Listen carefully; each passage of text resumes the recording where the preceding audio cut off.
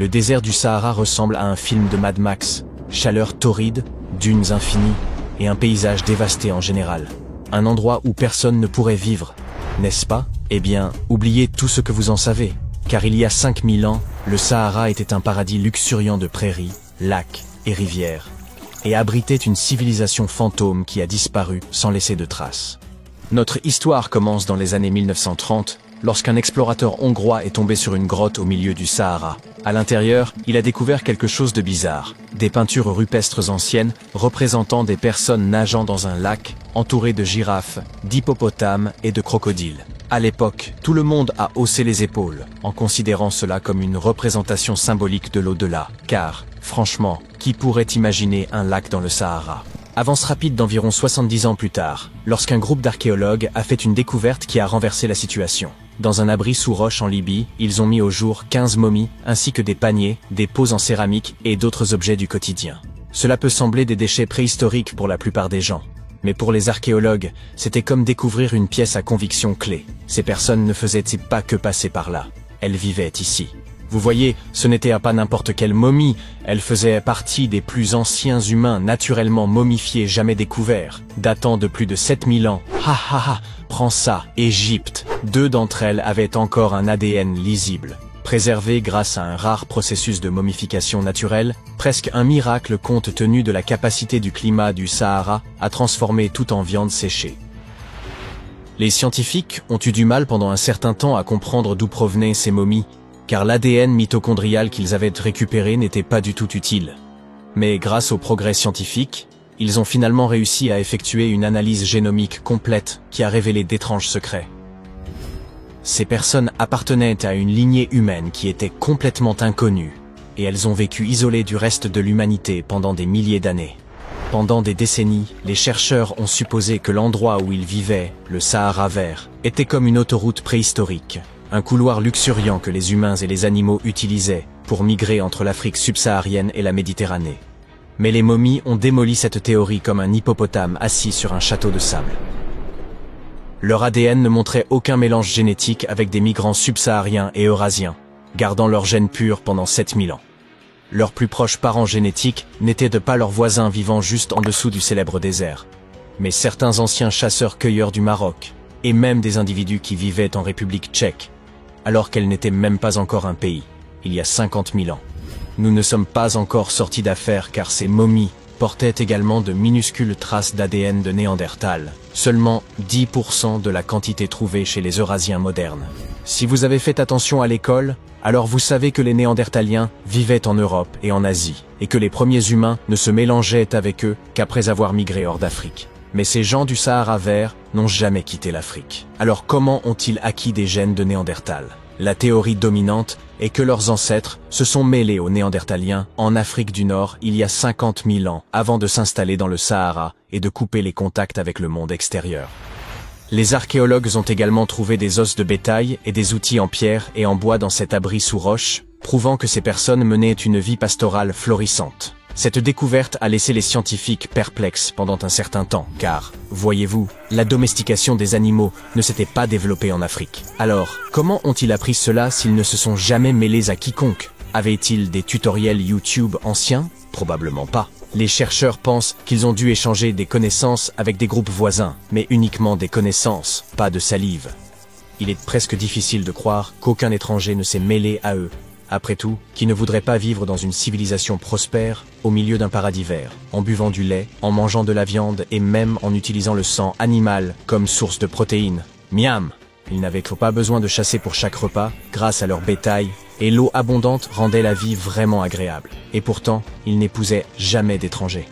Pourquoi? Peut-être que c'était un choix culturel de ne jamais sortir en dehors de leur propre groupe, ou peut-être que le paysage même les gardait isolés. C'est là que les scientifiques misent. Ils croient que les forêts denses et les rivières qui existaient dans le Sahara vert agissaient comme le panneau défense d'entrée de la nature, créant une barrière géographique qui isole les animaux, les plantes et les sociétés entières. Cette isolation est la raison pour laquelle leurs gènes étaient si uniques. Ces gens-là n'échangeaient pas de baisers avec qui que ce soit d'autre. Mais cette capsule temporelle génétique a failli ne pas survivre. Pendant la majeure partie de la dernière ère glaciaire, le Sahara était encore plus impitoyable qu'aujourd'hui, une véritable zone morte où les humains ne pouvaient pas survivre. Il y a 70 000 ans, même les gens les plus résistants ont disparu, se retirant vers la vallée du Nil et la côte méditerranéenne. Pourquoi? Parce que la Terre était un tyran climatique. D'énormes glaciers ont volé toute l'humidité, affaiblissant les moussons jusqu'à ce que les nuages de pluie atteignent à peine l'Afrique du Nord. Puis vinrent les coups de grâce. Des armadas d'icebergs ont inondé l'Atlantique Nord, déclenchant des sécheresses dévastatrices à chaque fois. C'était l'ultime époque du défense d'entrée du Sahara. Maintenant, vous vous demandez probablement comment le Sahara est devenu vert après tout cela, pour redevenir ensuite un désert. Eh bien, tout a commencé il y a 15 000 ans. Je n'étais pas là à cette époque, lorsque la Terre se libérait de la dernière ère glaciaire. L'axe de notre planète était un peu instable, et à cause de cela, l'hémisphère nord s'est rapproché du Soleil, recevant ainsi plus de lumière et de chaleur. Cet été éternel a transformé l'Afrique du Nord en un gigantesque aimant à humidité, attirant l'eau de l'Atlantique et la faisant pleuvoir sur le Sahara. Le résultat de cette quantité incroyable de pluie fut une savane luxuriante, dotée de lacs de la taille de petits pays. Mais la période humide africaine n'était pas juste un miracle ponctuel. La vérité est que ce passage éternel entre le vert et le désert a eu lieu plus de 230 fois dans le Sahara depuis que le désert est né. Lors de l'un de ces événements, le Sahara s'est même étendu, devenant plus grand qu'il ne l'est aujourd'hui. Donc, lorsque le Sahara vert a fait son apparition, vous pouvez parier qu'il a apporté la transformation ultime de l'écosystème. Ce n'était pas juste une légère couche de gazon. On parle d'une véritable métamorphose. La transformation était si complète qu'elle a même remodelé les populations animales. Les guépards ont soudainement eu du mal avec les nouvelles dynamiques de proie, tandis que les rongeurs, comme la souris multimammaire, prospéraient dans les prairies devenues soudainement abondantes. C'était comme un Tom et Jerry inversé. Mais n'emballez pas encore vos maillots de bain préhistoriques. Ce paradis avait des dents. Le Sahara était un labyrinthe écologique de rivières infestées de crocodiles, de moustiques porteurs de la malaria, et de grands félins tapis dans les hautes herbes. Le traverser aurait été comme jouer à une version réelle de Hippoglouton. C'est probablement pourquoi davantage de groupes ne se sont pas installés de manière permanente. Le climat du Sahara a basculé entre des périodes humides et sèches tous les 20 000 ans. Difficile d'appeler cela un code postal stable. Pour la plupart des anciens peuples, il était plus judicieux de considérer le Sahara vert comme un buffet à volonté, prendre les ressources et partir avant que le désert ne revienne. Cependant, cette période du Sahara vert a duré 10 000 ans, laissant à nos bergers mystérieux beaucoup de temps pour prospérer. Mais il y a environ 5 000 ans, l'axe de la Terre a de nouveau changé, les pluies se sont éloignées, et le Sahara s'est asséché plus vite qu'une flaque d'eau en juillet. Alors que le désert faisait son retour, les bergers du Sahara vert n'eurent d'autre choix que de rassembler leur bétail et de partir. Certains chercheurs pensent qu'ils ont migré vers le Nil, posant ainsi les bases de l'Égypte antique. Je suppose donc que leur héritage perdure. De plus, leur lignée pure est peut-être éteinte de nos jours, mais quelques gènes ténus des momies peuvent encore être trouvés chez les habitants de l'Afrique du Nord actuelle. Mais les momies introverties n'étaient pas les seules à utiliser le Sahara vert comme Airbnb. Elles avaient en réalité des voisins juste au coin de la rue, dans un village au bord d'un lac au Niger, pour être précis. Ces personnes ont prospéré pendant 5000 ans et ont laissé derrière eux le plus ancien cimetière du désert du Sahara, comprenant un homme enterré dans une carapace de tortue, un homme d'Halloween souriant avec des dents limées, et une étreinte familiale poignante figée dans le temps, victime des mêmes eaux qui les ont soutenus. Finalement, ces personnes ont également disparu, tout comme cela est arrivé à nos amis antisociaux. Cela prouve que ce désert déjoue tout le monde avec un paysage qui offre le paradis d'une main et le retire de l'autre. Il pourrait y avoir eu plus d'espèces humaines dans l'histoire qu'on ne le pensait. Dans une région de l'Est de la Chine, des scientifiques ont découvert les restes d'un être humain ayant vécu il y a environ 300 000 ans. Ils ont trouvé une mâchoire et des parties d'un crâne. Ils ont soigneusement étudié ces os pour les comparer à ceux d'autres humains anciens et modernes. Les restes eux-mêmes n'étaient pas si inhabituels. Nous savons que notre famille humaine est très diversifiée et qu'elle existe depuis des millions d'années. Vous connaissez notre ancien parent, l'Australopithèque, n'est-ce pas? Ces gaillards vivaient dans différentes régions d'Afrique et étaient connus pour marcher sur 2 jambes, tout comme les humains modernes. Mais leur cerveau et d'autres parties de leur corps les rapprochèrent davantage des singes. Ce sont leurs dents qui nous indiquent qu'ils étaient un mélange de singes et d'humains modernes. Leurs canines étaient plus petites que celles des singes, mais leurs dents postérieures étaient plus grandes que les nôtres. Il en existait différents types. Certains sont reconnaissables à leurs grandes mâchoires et à leurs dents. L'un des fossiles les plus célèbres d'Australopithèque est Lucy, une dame âgée d'environ 3,2 millions d'années. Elle a été découverte en Éthiopie. Nous savons donc que notre famille s'est beaucoup agrandie à partir de ce moment-là et probablement même avant. Mais il est toujours agréable d'accueillir de nouveaux membres, ce qui semble être le cas avec cette nouvelle découverte. Certaines parties de ces ossements ressemblent aux os des anciens humains, tandis que d'autres ressemblent davantage aux os des humains modernes. Par exemple, la personne dont les os ont été découverts n'avait pas vraiment de menton. Cela signifie que nous ne pouvons la classer dans aucun des groupes que nous connaissons, comme les Néandertaliens et peut-être même les Homo sapiens. Se pourrait-il donc qu'il nous manque une branche de l'arbre généalogique humain ou une étape importante de notre évolution? Il pourrait s'agir d'un mélange entre les futurs humains modernes et ceux qui sont devenus ce que nous appelons aujourd'hui les Denisoviens. Mais il faut du temps pour tout comprendre.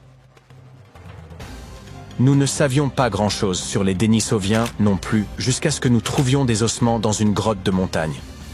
Ces os sont très rares et nous n'avions que quelques morceaux à analyser. Mais leurs gènes nous en ont appris beaucoup plus sur leur passé que leurs fossiles. Différents types d'êtres humains ont vécu sur cette planète, mais au fil du temps, ils se sont dispersés. Un groupe est parti vivre en Afrique. C'est notre espèce, l'Homo sapiens. Un autre groupe s'est rendu en Europe. C'est ainsi que sont nés les Néandertaliens. Mais certains de ces anciens groupes humains se sont déplacés jusqu'en Asie. C'est là que l'on trouve la trace d'une nouvelle espèce intéressante, les Denisoviens. Il semble que ces derniers soient donc les cousins à la fois des hommes modernes et des Néandertaliens. Ces trois espèces ont en fait partagé un ancêtre commun il y a environ 765 000 ans. On ne sait toujours pas pourquoi les Néandertaliens et les Denisoviens ont suivi des voies différentes.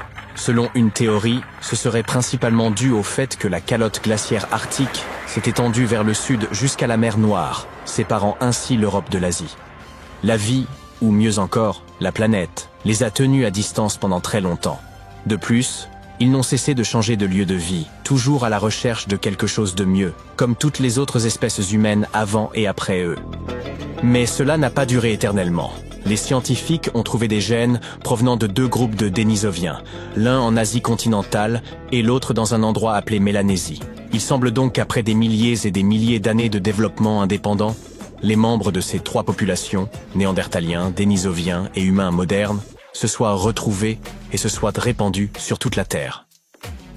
5% du génome du Denisovien subsiste, non pas dans la région où les scientifiques ont trouvé leurs ossements, mais chez des personnes vivant à des milliers de kilomètres de là, en Asie du Sud-Est, par exemple en Papouasie-Nouvelle-Guinée.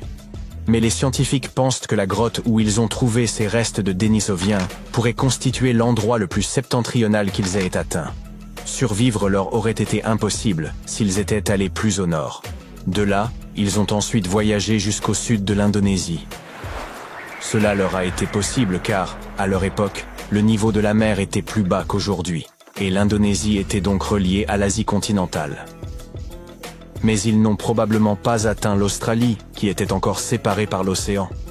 Et ces trois groupes se sont également mélangés. Des scientifiques ont trouvé l'os d'une fille, dont la mère était néandertalienne et le père dénisovien. C'est le seul être humain hybride de première génération que nous ayons découvert. Elle a même reçu un surnom sympa, Denis. L'un des mystères concernant les Denisoviens est celui de leur disparition. Peut-être se sont-ils tellement mélangés aux autres humains qu'ils se sont fondus dans la masse. Il est également possible que les ancêtres des humains modernes aient été plus forts, qu'ils aient eu de meilleurs outils, ou qu'ils aient apporté des maladies qui ne les ont pas affectés, mais qui ont affecté les Denisoviens. Le climat et l'endroit où ils vivaient peuvent également avoir joué un rôle. Les Denisoviens ont vécu dans des environnements très divers, des régions froides de l'Asie à l'Indonésie tropicale. Les changements climatiques et les défis posés par les différents habitats auraient même pu être très difficiles à surmonter. Mais il est difficile de tracer des lignes strictes dans notre arbre généalogique. De toute façon, nous n'en sommes qu'à nos débuts, et qui sait combien de nouveaux membres nous sommes sur le point de découvrir. Il y a un demi-siècle, une équipe de scientifiques a eu l'idée qu'une collection de fossiles trouvés dans la vallée du Grand Rift en Tanzanie étaient en fait les restes d'une nouvelle espèce humaine. C'est à cette époque que nous avons accueilli l'Homo habilis dans la famille. Il s'agissait d'une grande découverte à l'époque, car les gens croyaient généralement que l'histoire de notre évolution était très simple. Il y a d'abord eu les Australopithèques, qui ressemblaient à des singes. Après eux, il y a eu l'Homo erectus, l'homme debout. Il vivait très probablement en Afrique il y a environ 2 millions d'années, mais il s'est rapidement répandu en Eurasie. C'est la première espèce humaine connue à avoir parcouru de si longues distances pour trouver un meilleur cadre de vie. Ils ressemblaient à des humains et se comportaient comme tels. En outre, ils ont probablement été les premiers de nos ancêtres à apprendre à se servir du feu. Ils ont peut-être aussi été les premiers à faire cuire des aliments, et nous leur en sommes reconnaissants. La cuisson des aliments est une innovation qui a rendu le régime alimentaire de l'homme plus nutritif, et qui nous a permis de faire grandir nos cerveaux et de devenir plus intelligents. Donc, oui, l'Homo habilis a rendu les choses plus compliquées. Ils pouvaient marcher sur 2 jambes, mais ils étaient aussi plus doués pour grimper aux arbres que pour marcher sur le sol comme nous. De plus, leur cerveau était plus petit que ce qu'on attend de trouver chez un humain. Au début, il semblait que ces fossiles provenaient d'une toute autre famille, liée à d'autres créatures qui ressemblaient à des singes. Mais des fouilles de plus en plus poussées ont montré que même si ses mâchoires et ses dents étaient similaires, l'Homo habilis était plus grand et un peu différent. Son nom signifie « homme habile », car il était probablement capable de fabriquer et d'utiliser des outils simples. La recherche d'autres fossiles en Afrique n'a pas été facile, car l'équipe de chercheurs a dû faire face aux animaux sauvages et à des conditions très éprouvantes. Mais ils ont fini par trouver des dents et un crâne étrange qui était, encore une fois, différent des ancêtres que nous connaissions.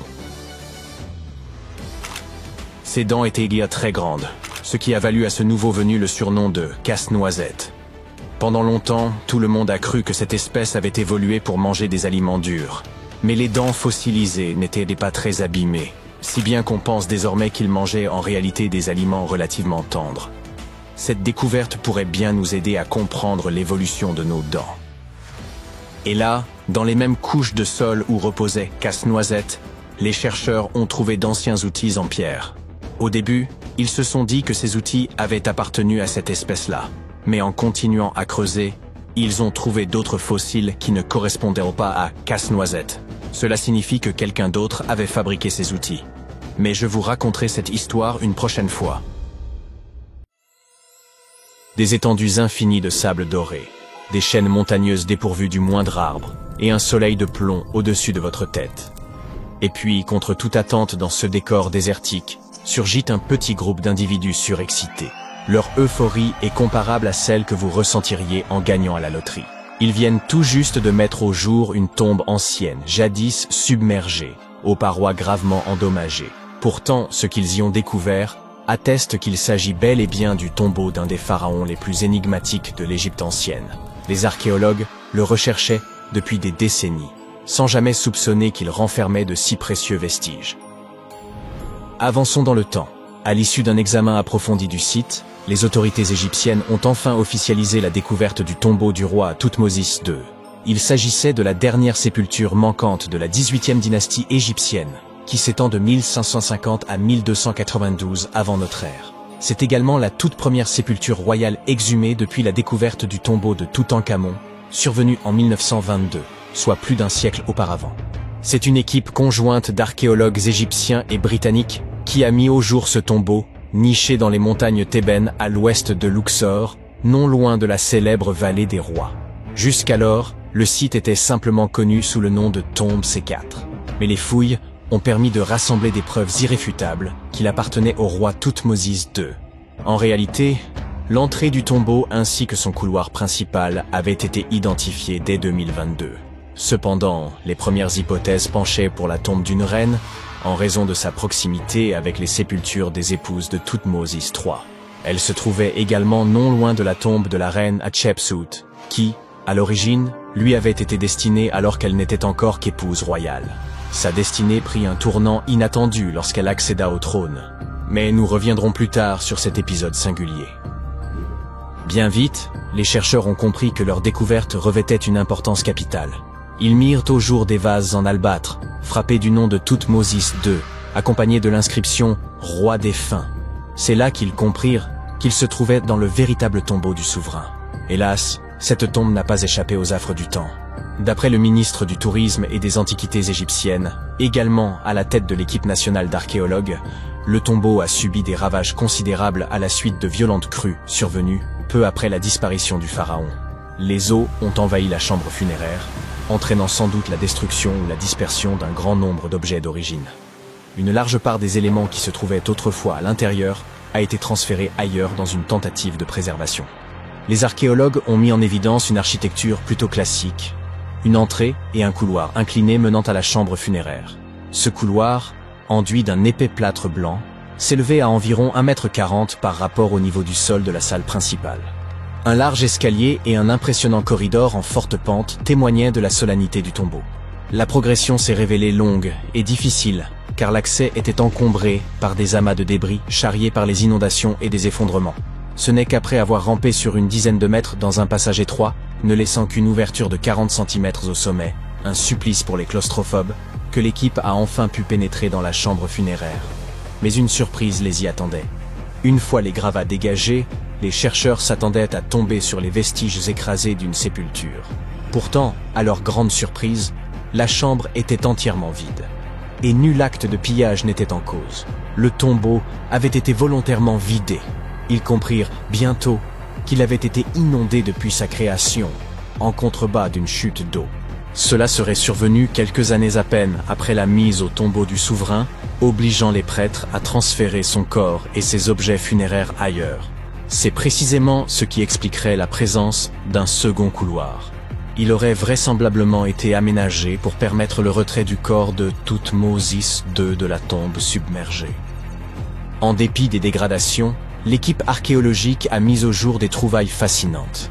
Des traces de mortier ornées d'inscriptions bleues, d'étoiles jaunes, ainsi que des fragments du livre de l'Amduat, l'un des textes funéraires majeurs de l'Égypte ancienne. Ce recueil visait à guider le défunt dans l'au-delà, assurant la réussite de son périple souterrain. Jetons plutôt un œil à la 18e dynastie égyptienne. Elle fut marquée par l'expansion militaire, l'agrandissement de l'empire et la construction de monuments saisissants. Parmi les figures les plus emblématiques de cette époque figurent Thoutmôsis Ier et Thoutmôsis III, deux souverains guerriers qui ont laissé une empreinte durable dans l'histoire. Thoutmôsis Ier, stratège redoutable, mena des campagnes décisives, étendant les frontières du royaume jusqu'à la 4e cataracte du Nil. Ces victoires ouvrirent à l'Égypte de nouveaux circuits commerciaux, consolidèrent ses alliances et accrurent sa prospérité. Leur importance fut telle qu'elles furent gravées dans les tombeaux de ces hauts dignitaires. Thoutmôsis III, surnommé parfois le Grand, alla encore plus loin. Brillant stratège, il fut d'abord général sous la reine Hatshepsut avant d'accéder lui-même au trône. Il mena entre 17 et 20 campagnes militaires, toutes victorieuses, propulsant l'empire à son apogée. Il est également à l'origine de la toute première marine connue. Thoutmôsis III demeure, à bien des égards, le plus grand pharaon guerrier d'Égypte. Entre ces deux géants, Thoutmôsis II apparaît comme une figure bien plus discrète. L'éternel cadet, peut-être? Son règne, long d'environ 5 ans, prit fin vers 1479 avant notre ère, lorsqu'il mourut à l'âge de 30 ans. Il reste entouré de mystères. Ses réalisations sont inconnues et l'emplacement de sa sépulture demeura introuvable pendant plusieurs siècles. Le corps de Thoutmôsis II a été découvert au XIXe siècle. Il reposait simplement dans le temple mortuaire de Deir el-Bahari, dissimulé dans une chambre secrète où les prêtres avaient pour coutume de cacher les momies royales, bien après le pillage de leur sépulture d'origine. En d'autres termes, cela signifie qu'à un moment donné, son corps a été déplacé pour le mettre en sécurité. Durant sa vie, Thoutmôsis II joua au moins un rôle décisif dans l'histoire égyptienne. Il épousa sa demi-sœur, Hatshepsut. Ce mariage, en apparence anodin, permit à cette dernière de devenir la plus grande pharaone d'Égypte après sa mort. Le revers, elle évinça son beau-fils, Thoutmôsis III, du trône pendant des décennies. Une fois au pouvoir, ce dernier fit effacer son nom par rancune. Et pourtant, Hatshepsut figure parmi les plus grands souverains de toute l'Égypte, hommes et femmes confondus. Elle enrichit considérablement le royaume, tant sur le plan économique qu'artistique. Elle organisa notamment une grande expédition commerciale vers le mystérieux pays de Punt, d'où elle ramena de l'or, de l'ébène et de l'encens. Soucieuse de marquer les esprits, elle fit ériger des monuments grandioses, dont plusieurs subsistent aujourd'hui. À Karnak, elle fit dresser d'imposants obélisques, l'un d'eux est toujours debout. C'est aussi elle qui fit construire le temple de Deir el-Bahari, aux innombrables colonnes, où elle fut ensuite inhumée. Fait marquant. Hatshepsut fut souvent représentée dans les arts comme un homme, arborant musculature et barbe postiche, selon les conventions réservées aux pharaons. Toutefois, elle tenait à ce que son identité féminine ne soit jamais totalement effacée, et se faisait notamment appeler fille de Ré ou Sa Majesté elle-même. À sa mort, en 658 avant Jésus-Christ, l'Égypte ne connaîtrait plus de souveraine aussi puissante avant l'arrivée de Cléopâtre, quelques 14 siècles plus tard. D'après le secrétaire général du Conseil suprême des antiquités égyptiennes, le nom d'Hatshepsut figure bel et bien dans le tombeau de Thoutmôsis II, ce qui laisse penser qu'elle aurait elle-même supervisé les funérailles de son époux. Quant à leur lieu de dernier repos, Hatshepsut se trouve dans la célèbre vallée des rois, tandis que la momie de Thoutmôsis II est aujourd'hui exposée au Musée national de la civilisation égyptienne, aux côtés d'autres souverains. Les visiteurs ont ainsi l'occasion rare de contempler les restes d'un pharaon longtemps tombé dans l'oubli. La découverte de ce tombeau est considérée comme l'une des plus importantes de ces dernières années.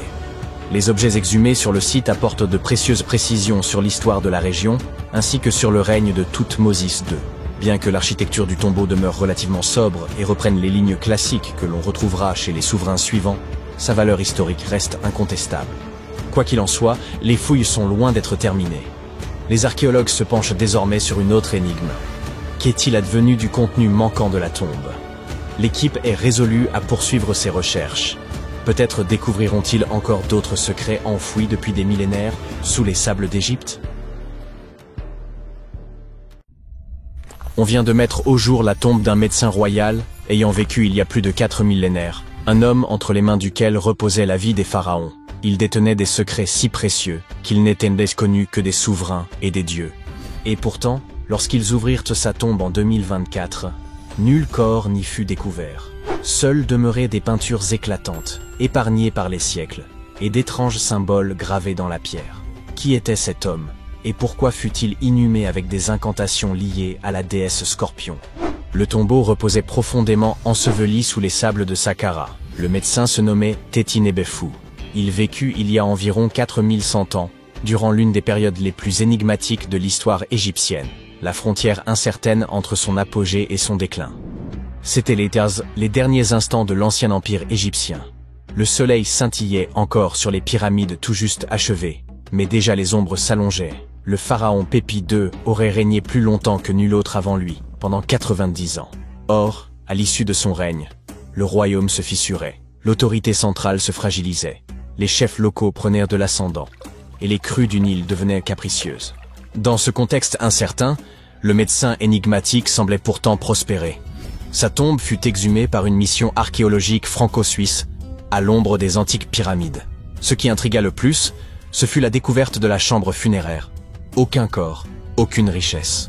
Il apparut que le tombeau avait hélas été pillé depuis longtemps. Mais ce qui subsistait s'avérait encore plus fascinant. Les mots et les images gravées sur les parois. Les fresques conservent une intensité saisissante, des couleurs vives, miraculeusement préservées malgré les siècles passés sous terre. On y voit des jarres, des récipients, d'étranges motifs abstraits et des formes géométriques.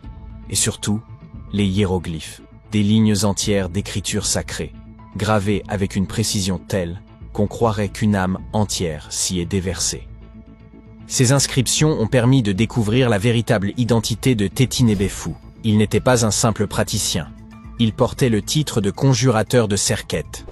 Serket, déesse égyptienne associée au scorpion, vénérée et redoutée, était censée neutraliser les venins, guérir les morsures et préserver les vivants des toxines. Ce titre de conjurateur indiquait que Tétinébéfou était un spécialiste des piqûres et morsures dangereuses. Et si une tombe entière lui avait été consacrée, c'est sans doute qu'il était l'expert suprême d'Égypte en la matière. Un homme qui soignait à la fois par la médecine et la magie. Mais ça ne s'arrêtait pas là. Il portait également le titre rarissime de directeur des plantes médicinales, mentionné une seule autre fois dans toute l'histoire égyptienne. Ce qui signifie qu'il maîtrisait l'usage thérapeutique des herbes, racines et huiles avec un savoir inégalé. Vous vous demandez peut-être, quelle plante dans un pays dominé par le sable? Pourtant, les anciens Égyptiens utilisèrent des traitements à base de plantes qui seraient encore crédibles dans certains laboratoires actuels. Ils fabriquaient pilules, onguents et inhalateurs, choisissant un principe actif, un arôme pour en faciliter l'absorption, et un vecteur pour le diffuser dans le corps. Cela ne vous rappelle rien? Certes, ils ne disposaient pas d'une grande variété de plantes traditionnelles. Ainsi, certains ingrédients peuvent nous sembler étranges, comme le mélange d'excréments de crocodile et d'acacia avec du miel. Ils avaient même élaboré des recettes de crème contre les rides. Il apparaît aussi que ce guérisseur énigmatique portait le rare titre de « dentiste en chef », une désignation quasiment absente des archives antiques. Les preuves de la pratique dentaire en Égypte ancienne sont extrêmement rares. Ce savant ne se contentait donc pas de combattre les venins ou d'étudier les plantes. On lui confiait également le soin des dents et des mâchoires, particulièrement démunis à l'époque. Les anciens Égyptiens ont beau avoir érigé des merveilles, leurs dents en ont souffert. Le sable se glissait constamment dans leur alimentation. Le pain bourré d'impuretés et les légumes crus râpaient l'émail, provoquant une pathologie redoutée, l'attrition. Les conséquences étaient mandat multiples, dont la perte prématurée des dents. Ils ont donc dû improviser. Par exemple, en concoctant le plus ancien dentifrice connu, à base de roche pilée, de menthe et de poivre, un mélange qui, ironiquement, irritait les gencives. Ou encore des pâtes dentaires à base de coquilles d'œufs, de pierre ponce et de natron, un minéral salé utilisé comme agent nettoyant. Ils développaient aussi des bains de bouche à base de céleri, de son et d'herbes pour apaiser ces maux. Certaines momies ont même été découvertes avec des appareils rudimentaires, des bagues métalliques et des fils d'or retenant les dents manquantes. On ignore toutefois s'il s'agissait d'un traitement pour les vivants ou d'un ornement funéraire destiné à l'au-delà. Tétinébéfou maîtrisait donc tous ces domaines. 3 titres rares réunis en un seul homme. À son époque, il devait passer pour un véritable puits de science. Dans un monde sans technologie moderne, il faisait figure de magicien, capable de sauver une vie grâce à une simple feuille ou une banale écorce. C'est pourquoi les archéologues estiment qu'il ne s'agissait pas d'un médecin ordinaire. Il aurait été le médecin royal, celui qui veillait sur la santé du pharaon lui-même. On ignore quel roi il servait, peut-être Pépi en Meu, et qui sait, c'est peut-être à lui qu'il devait son exceptionnelle longévité. Si cela était avéré, Tétinébéfou aurait alors été témoin de l'effondrement de l'ancien empire, observant la fin de l'âge d'or depuis le cœur du palais. Puis il fut enseveli après sa mort, et sa dépouille, dérobée ou perdue avec le temps. Mais l'équipe poursuit l'étude du tombeau, mettant encore au jour les traces de cet homme hors du commun. De manière générale, l'ancienne médecine égyptienne atteignait un niveau étonnamment avancé. Bien des pratiques nous paraissent encore familières aujourd'hui. Ils avaient des hôpitaux, des spécialistes, des interventions chirurgicales, et même des écoles de médecine. Hommes et femmes pouvaient devenir médecins. Ils utilisaient divers traitements et pratiquaient la chirurgie avec de vrais instruments. Scalpel, pince, fil de suture. Certains soignaient uniquement les yeux, d'autres les dents, l'estomac, ou ce qu'ils nommaient les maladies cachées. Ils nettoyaient et bandaient les plaies, réparaient les os fracturés à l'aide d'attelles en bois ou en roseaux enrobés de lin et savaient éviter les infections. On comptait même des proctologues. Ils ont aussi conçu les premières prothèses, comme un orteil en bois muni de lanières de cuir, permettant à des patients de retrouver une démarche normale. La plus ancienne prothèse connue date de 3000 ans. Mais le plus étonnant, c'est qu'ils ont aussi tenté d'extraire des tumeurs. Une étude récente a analysé un crâne vieux de 4000 ans, celui d'un homme d'une trentaine d'années. On y a trouvé des traces de tumeurs anciennes. Et autour de 3 d'entre elles, des incisions nettes faites à l'aide d'un outil métallique. Preuve qu'on a peut-être tenté de les retirer ou de les examiner. Était-ce un traitement? Une autopsie? On l'ignore. Un autre crâne, celui d'une femme âgée de plus de 50 ans, présentait les mêmes signes, mais aussi des fractures anciennes, parfaitement consolidées. Ce qui laisse penser que ces soins ont sans doute été efficaces. Être guérisseur dans cette société signifiait détenir un pouvoir immense, combinant les rôles de prêtre, de savant et de magicien. Pour les anciens Égyptiens, la médecine était un art nécessaire, vénéré autant d'égards que leur dieu.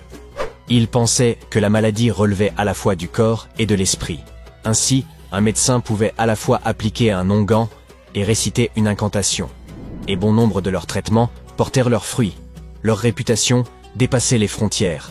Des souverains venus de contrées lointaines, comme la Perse, faisaient appel à eux. Même Homère affirmait que les Égyptiens étaient les guérisseurs les plus doués d'entre tous. Bien sûr, leur compréhension du corps humain n'était pas parfaite. Ils croyaient que le cœur gouvernait pensée et émotion, sans saisir le rôle du cerveau.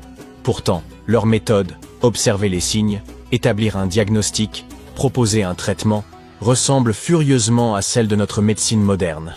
Ils accompagnaient leurs gestes de prière, certes, mais ils refermaient aussi les plaies. Leur médecin le plus célèbre, Imhotep, était un véritable polymathe, architecte, prêtre, guérisseur. Il fut si admiré de son vivant qu'on finit par le vénérer comme un dieu de la médecine. Et oui, un simple mortel, promu au rang de divinité. Et dire qu'il a vécu 2000 ans avant Hippocrate, qu'on considère pourtant comme le père de la médecine. D'ailleurs, certains suggèrent ironiquement qu'on devrait abandonner le serment d'Hippocrate pour lui préférer le serment d'Imhotep. Car ces Égyptiens ne posaient pas seulement des pierres, ils posaient les premières bases de la médecine. Les chercheurs ont mis au jour d'anciens artefacts tout près de la sépulture de Toutankhamon. Il s'avère que ce lieu de repos, supposément réservé à l'élite, s'apparente plus à une nécropole commune, abritant une douzaine de cercueils en bois datant d'environ 3600 ans. D'accord, j'ai peut-être un peu exagéré. Ces 11 tombes ne se trouvaient là pas exactement à côté de celles de Toutankhamon, mais relativement proches, aux abords de la ville de Luxor. Les découvertes récentes dans les sépultures égyptiennes apportent de précieuses indications sur la vie quotidienne dans l'Égypte antique, et contre toute attente, il apparaît que les Égyptiens partageaient de nombreuses similitudes avec nos civilisations modernes.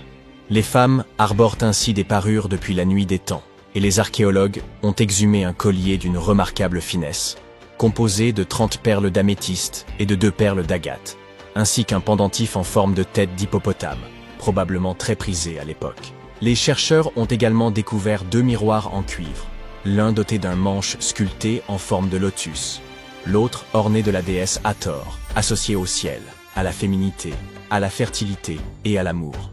Ces fouilles récentes aux abords du tombeau de Toutankhamon ont révélé une découverte saisissante. Pour la première fois depuis des millénaires, des vestiges du temple funéraire de la reine Hatshepsut ont été mis au jour. Essayez donc de le répéter rapidement 10 fois. Finalement, oubliée. Considérée comme la 2e femme à avoir régné en tant que pharaon, cette souveraine exerça son pouvoir avec courage et sagesse, laissant un héritage aussi durable que la pierre. Son temple, enfoui durant des siècles, constitue désormais une fenêtre précieuse sur une époque marquée par les intrigues et la ferveur spirituelle. Les archéologues ont exhumé plus de 1000 blocs de pierre richement ornés en périphérie du temple funéraire d'Hatshepsut. Peu de femmes réussirent à accéder au trône dans l'Égypte antique. À proximité, une autre tombe a été découverte. Elle appartenait à Djehutimès, intendant du palais de la reine Tétichéri. La reine Hatshepsut semble avoir bien plus de tombes, ou plutôt d'atouts, cachés dans sa manche.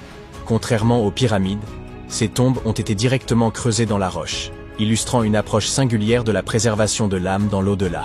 Les fouilles ont permis d'exhumer plusieurs objets anciens fascinants. Des jouets en argile, des masques de momies, des scarabées ailés et quelques amulettes. Malheureusement, il est probable que bien d'autres artefacts aient disparu au fil des siècles, car des visiteurs moins scrupuleux que les archéologues ont exploré le site avant eux. Il y a fort à parier que des pillards aient mis la main sur certaines pièces de grande valeur. Pourtant, ils ont laissé derrière eux quelques vestiges intéressants pour les chercheurs, notamment des poteries destinées aux offrandes de pain et de viande, ainsi que des arcs, suggérant un lien entre les propriétaires de ces tombes et l'armée égyptienne. En parlant de protection de l'âme, elle est bien plus essentielle qu'on ne pourrait le croire, surtout lorsqu'on se promène aux abords de Luxor à la recherche de secrets enfouis. Vous n'êtes pas du genre à craindre la malédiction de Toutankhamon, n'est-ce pas? Laissez-moi vous raconter ce qui est arrivé à ceux qui l'ont bravé, mais n'allez pas tout prendre au pied de la lettre. Pendant des années, certains égyptologues, en particulier ceux qui prêtaient foi au paranormal, ont été convaincus qu'une malédiction pesait sur les découvertes liées à Toutankhamon. Cette croyance prenait racine dans la mort brutale et inexpliquée de plusieurs membres de l'équipe ayant exhumé son tombeau en 1922. Puisqu'aucune explication scientifique évidente ne justifiait ces décès, il était plus simple de les attribuer à une force surnaturelle et d'éviter de se poser davantage de questions. Or, il semble que cette fameuse malédiction ne soit qu'un mythe, En réalité, ces décès pourraient être liés à l'exposition à des radiations mortelles. Mais d'où provenaient-elles? Après tout, si la radioactivité fut découverte au XIXe siècle, il est difficile d'imaginer que les anciens Égyptiens aient eu accès à du radium pour illuminer le tombeau de Toutankhamon d'une lueur inquiétante. Alors, quelle est la véritable explication? Il se pourrait que des déchets toxiques soient à l'origine de ces morts mystérieuses. Des niveaux élevés de radiation issus de l'uranium et d'autres substances dangereuses auraient été piégés dans le tombeau depuis plus de 3000 ans. D'ailleurs, il se murmure que la chambre funéraire de Toutankhamon contiendrait encore aujourd'hui des taux de radiation si élevés que toute personne y pénétrant risquerait de développer une maladie incurable due à tant d'exposition. Et si cela vous semble exagéré, dites-vous que vous pourriez frôler un niveau de contamination similaire si vous laissez moisir des restes de nourriture au fond de votre frigo pendant un mois. Toutefois, cette radioactivité ne se limite pas au tombeau de Toutankhamon. La recherche d'artefacts égyptiens est proprement fascinante mais tout aussi périlleuse. De nombreuses tombes de l'Ancien Empire affichent des niveaux de radiation anormalement élevés. Les compteurs Geiger ont détecté des radiations sur 2 sites proches des pyramides de Gizeh, et du radon, un gaz radioactif, a été relevé dans plusieurs tombes souterraines de Saqqara. Il est probable que les bâtisseurs de ces sépultures aient eu conscience de ces toxines. Des avertissements gravés sur les murs mettent en garde contre une mort inévitable pour quiconque ose profaner ces lieux. L'une des inscriptions prévient « Quiconque violera ce tombeau périra d'un mal qu'aucun médecin ne saura comprendre ». D'autres formules évoquant l'interdit causé par des esprits maléfiques ont sans doute renforcé la peur de ces malédictions antiques. Depuis toujours, ces avertissements intriguent les archéologues. Mais un événement survenu il y a un siècle a ravivé la crainte des malédictions. En 1922, peu après l'ouverture du tombeau de Toutankhamon, Lord Carnarvon, qui avait financé l'expédition, mourut dans des circonstances mystérieuses, de même que de nombreuses personnes ayant exploré la tombe. Arthur Weigel, un égyptologue britannique présent lors de l'ouverture du tombeau, est d'ailleurs considéré comme l'un des artisans du mythe de la malédiction. Ironie du sort, il mourut prématurément en 1934, alors qu'il n'avait qu'une cinquantaine d'années. Certains avancent que son décès pourrait être lié à une exposition prolongée aux radiations. Sur les 26 personnes présentes lors de l'ouverture, 6 périrent dans les 10 années suivantes.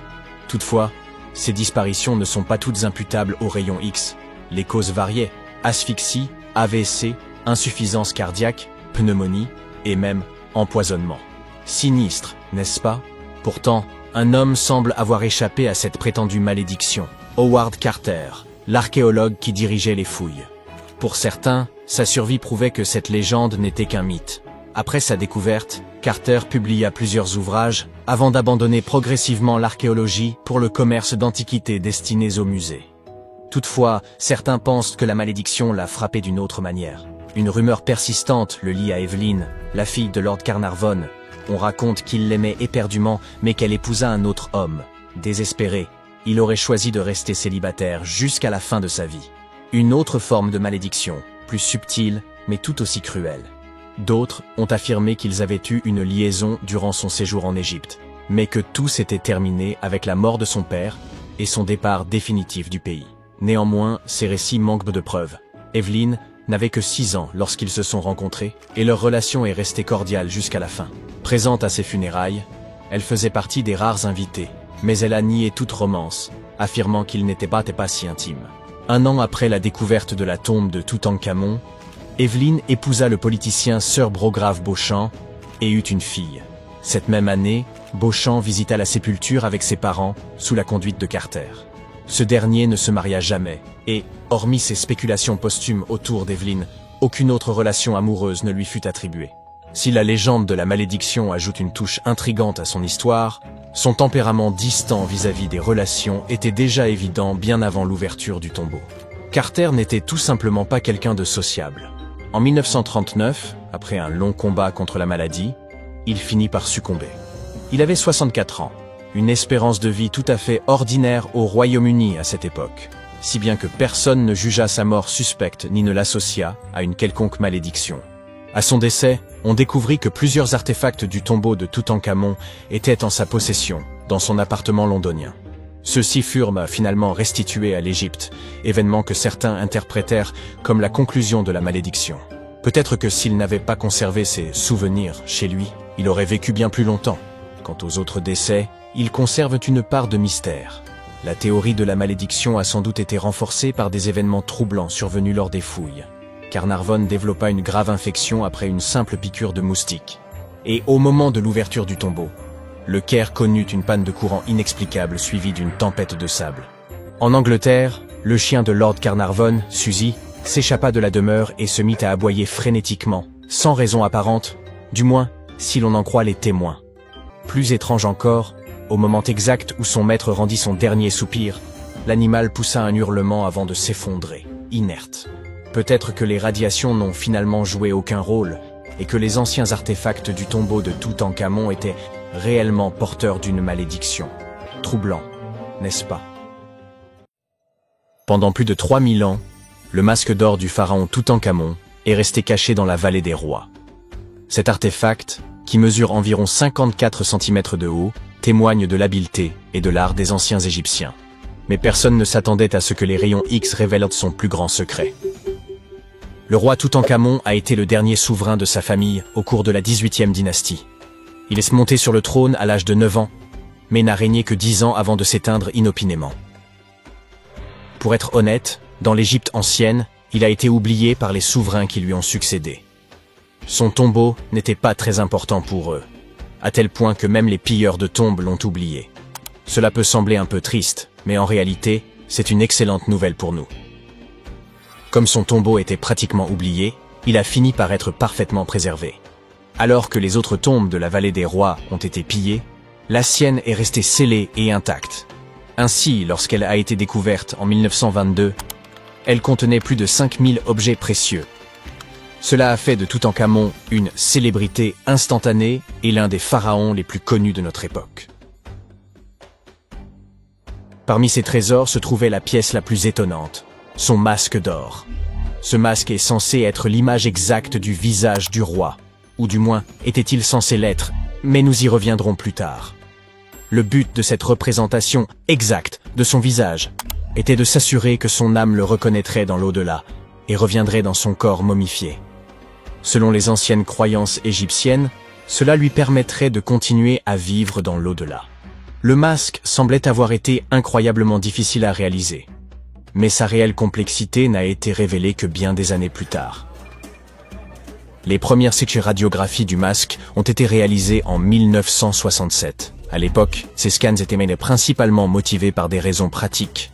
La conservation. Le masque partait pour une exposition à Paris. C'était la première fois qu'il quittait l'Égypte. Ces images permettraient de constater les éventuels changements survenus au cours de l'exposition. En outre, elles pouvaient donner des indications sur la manière dont le masque avait été fabriqué. Mais à l'époque, on ne se rendait sans doute pas bien compte de la complexité de sa construction. Les orfèvres égyptiens n'utilisaient pas les techniques de soudure modernes. Alors, comment ont-ils fabriqué ce masque ?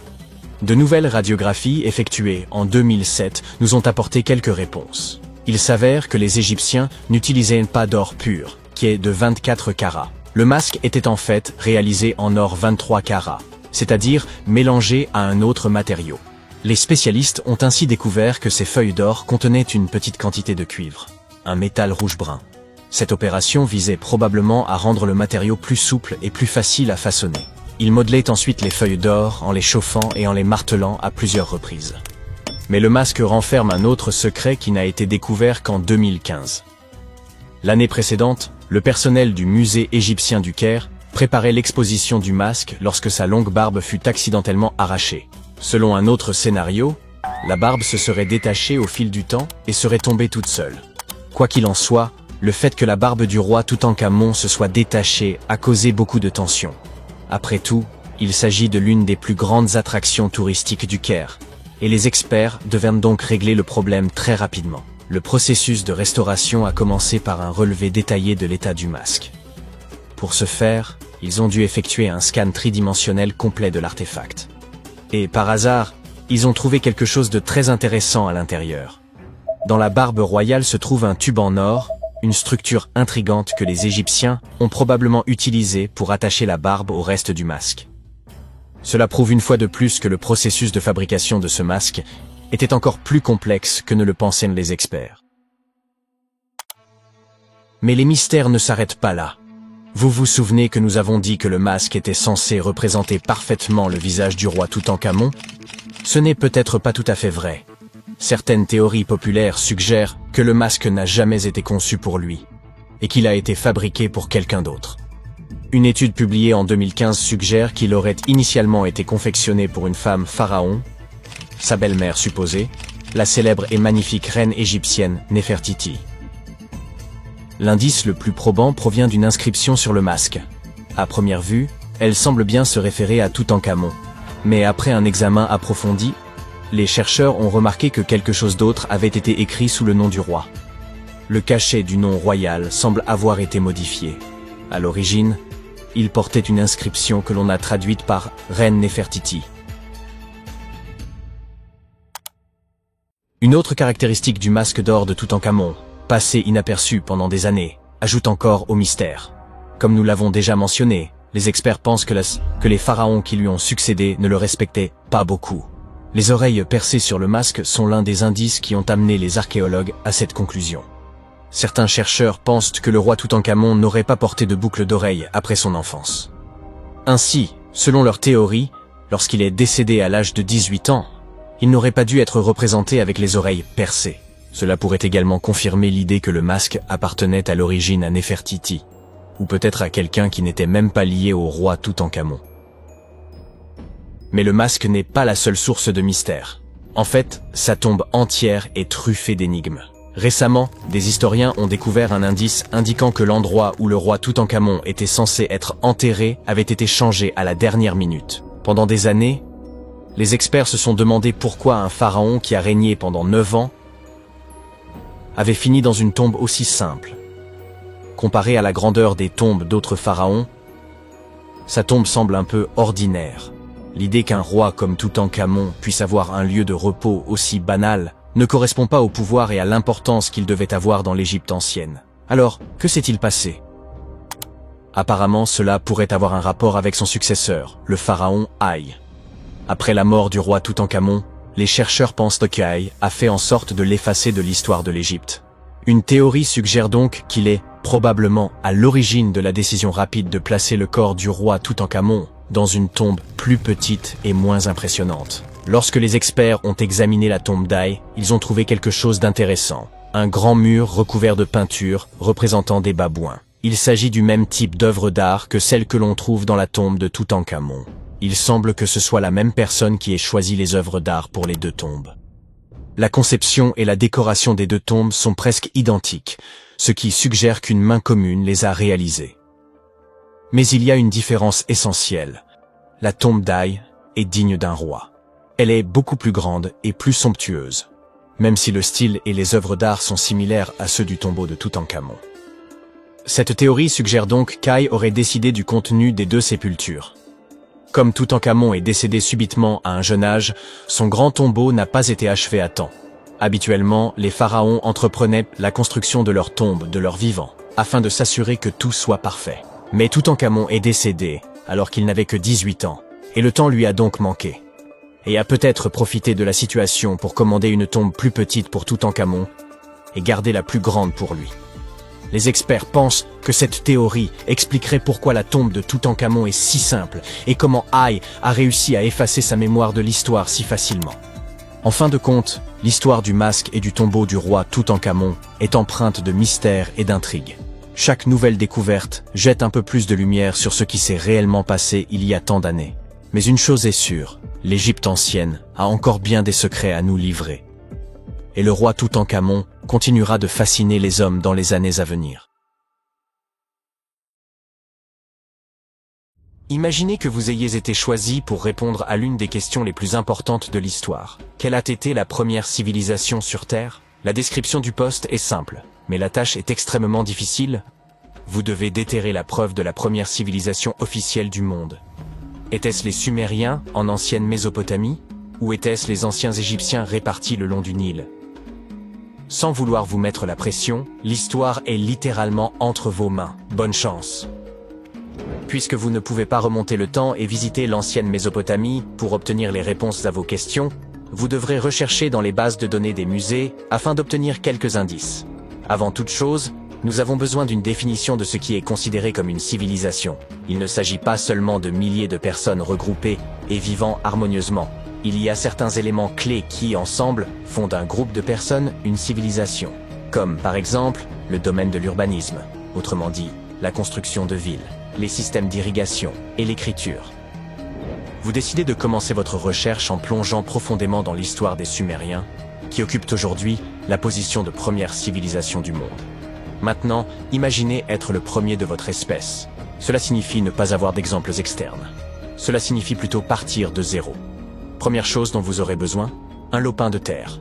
Et comme il n'y avait pas de compagnie des eaux actives à cette époque, vous aurez besoin d'un terrain avec un accès facile à l'eau. Donc, les Sumériens se sont installés entre deux grands fleuves appelés l'Euphrate et le Tigre, dans le sud de la Mésopotamie vers 5000 avant notre ère. Fait amusant, la Mésopotamie se traduit par « la terre entre deux fleuves ». Sur une carte moderne, c'est à peu près là où se trouve l'Irak aujourd'hui. En plus de la terre, une civilisation a besoin de moyens pour obtenir de la nourriture. La civilisation sumérienne a dû faire face à un climat sec et chaud, mais ils ont réussi à faire prospérer l'agriculture dans la région. En détournant les eaux des rivières et en créant des réservoirs et des barrages, les Sumériens ont permis à une série de colonies d'émerger à travers les plaines de Mésopotamie. La célèbre ville de Babylone en faisait partie. Vous savez, la ville qui aurait eu ses jardins suspendus? Je dis supposément parce qu'aucune preuve définitive de l'existence réelle de ce monument n'a été trouvée. Cependant, il était considéré comme l'une des 7 merveilles du monde antique et cité comme un exploit remarquable d'ingénierie dans un livre ancien publié vers 290 avant Jésus-Christ. Bien qu'aucune trace des jardins de Babylone n'ait été trouvée, les Sumériens étaient reconnus comme des bâtisseurs extrêmement habiles.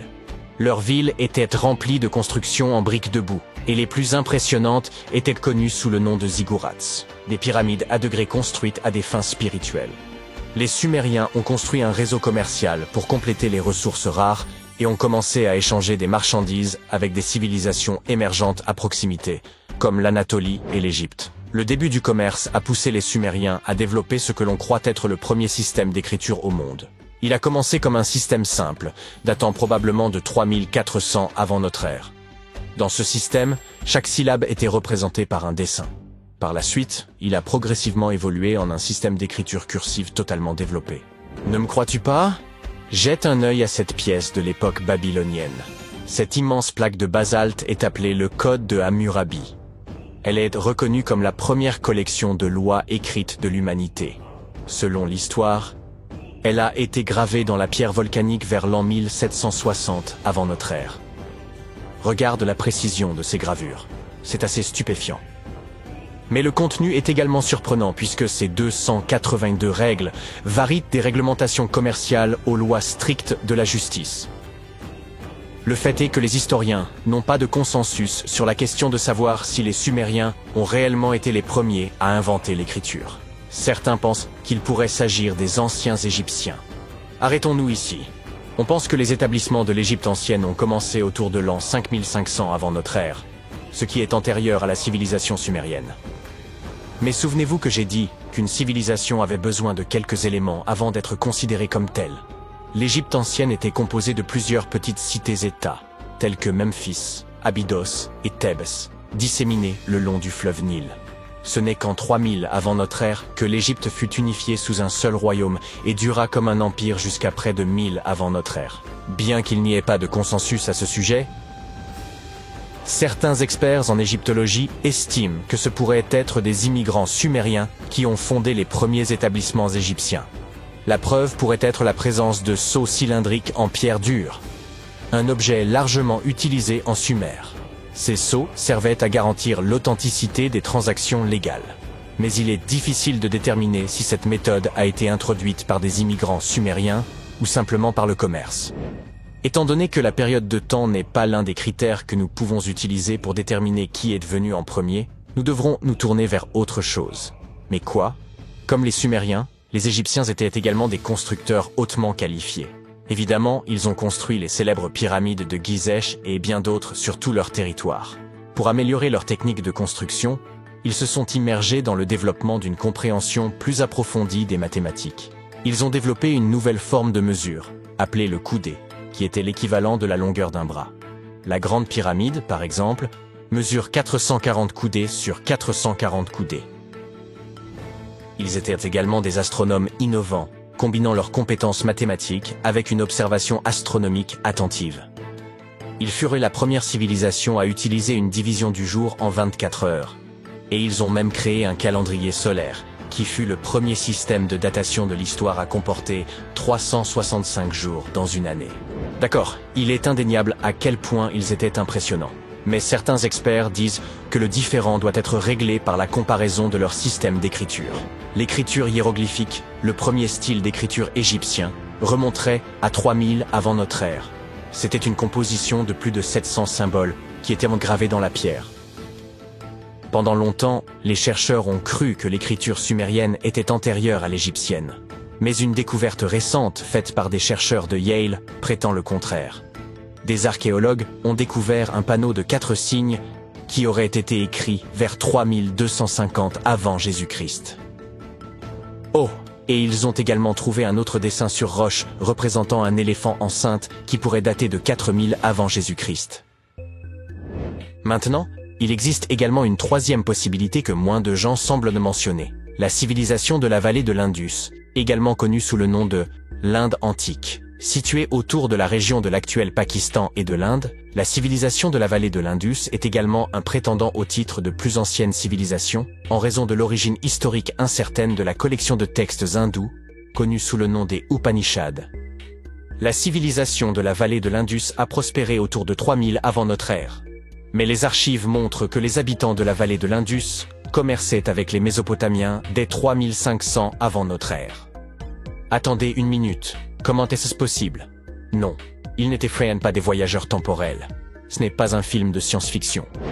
Il y avait déjà des établissements agricoles dans la région qui se développaient lentement en grandes villes telles que Harappa et Mohenjo-Daro.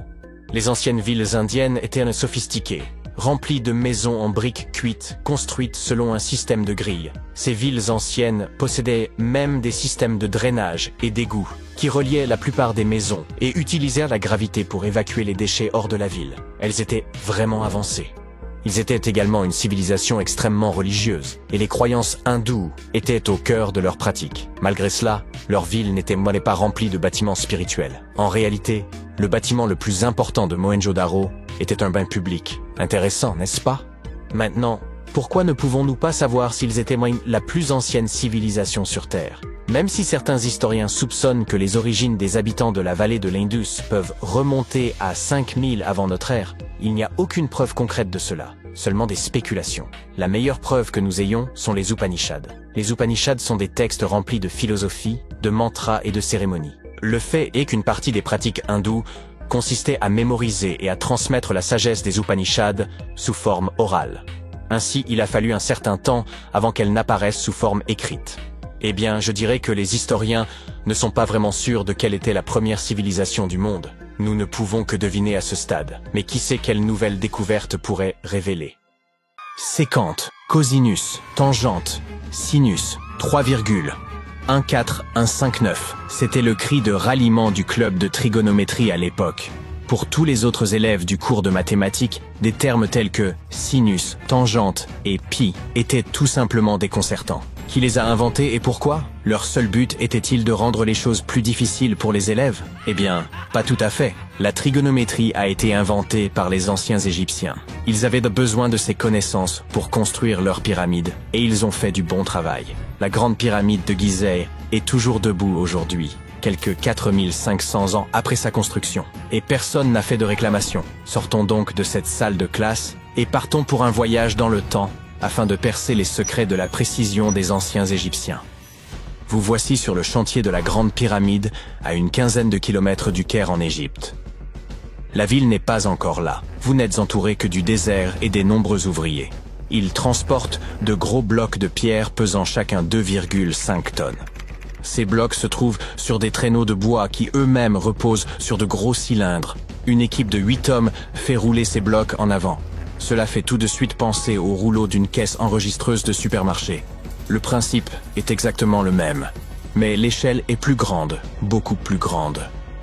Les scientifiques estiment que les Égyptiens ont utilisé 2,3 millions de blocs de ce type rien que pour la Grande Pyramide. Et le bloc qui se trouve devant vous est l'un des plus légers. Le plus lourd d'entre eux pesait près de 15 tonnes. Mais d'où venaient tous ces blocs? La plupart provenaient de carrières situées autour de Gizeh. Ce n'est pas très impressionnant, pensez-vous. Mais attendez de savoir comment les ingénieurs de l'Antiquité ont transporté du granit sur 800 km jusqu'à la pyramide. À l'époque, il n'y avait ni chemin de fer, ni autoroute. Mais il y avait le Nil, ce fleuve puissant. Les chercheurs pensent même que les Égyptiens ont creusé un canal pour relier le Nil directement au site de construction des pyramides. Il suffisait alors d'attendre le début de la saison des crues, et le tour était joué. La montée des eaux faisait flotter les lourds blocs de pierre. Mais comment ont-ils ensuite soulevé tous ces énormes cailloux sur la terre ferme pour les empiler ainsi jusqu'au sommet? Disposaient-ils de grues gigantesques? Les anciens Égyptiens ont contourné ce problème, littéralement. L'un des ouvriers vous montre maintenant la rampe géante qui fait le tour de la pyramide qu'ils sont en train de construire. C'est ainsi qu'une route de montagne se ferait un chemin en zigzag jusqu'au sommet. Si la rampe rejoignait directement le sommet de la pyramide, les ouvriers ne pourraient pas s'en servir pour tirer les blocs de pierre.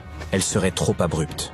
Les scientifiques ont calculé que l'inclinaison maximale était de 8%. Les anciens Égyptiens ont donc simplement prolongé la rampe autour de la pyramide.